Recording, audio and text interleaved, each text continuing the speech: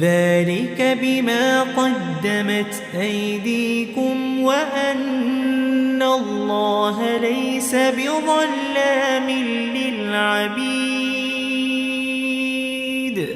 كدأب آل فرعون والذين من قبلهم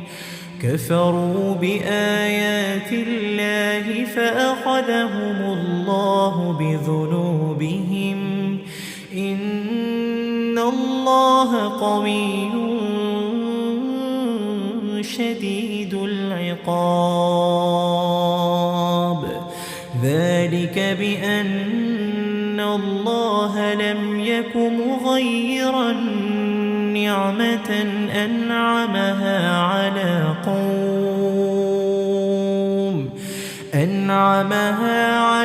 قوم حتى يغيروا ما بأنفسهم وأن الله سميع عليم كدأب آل فرعون والذين من قبلهم كذبوا بآيات ربهم فأهلكناهم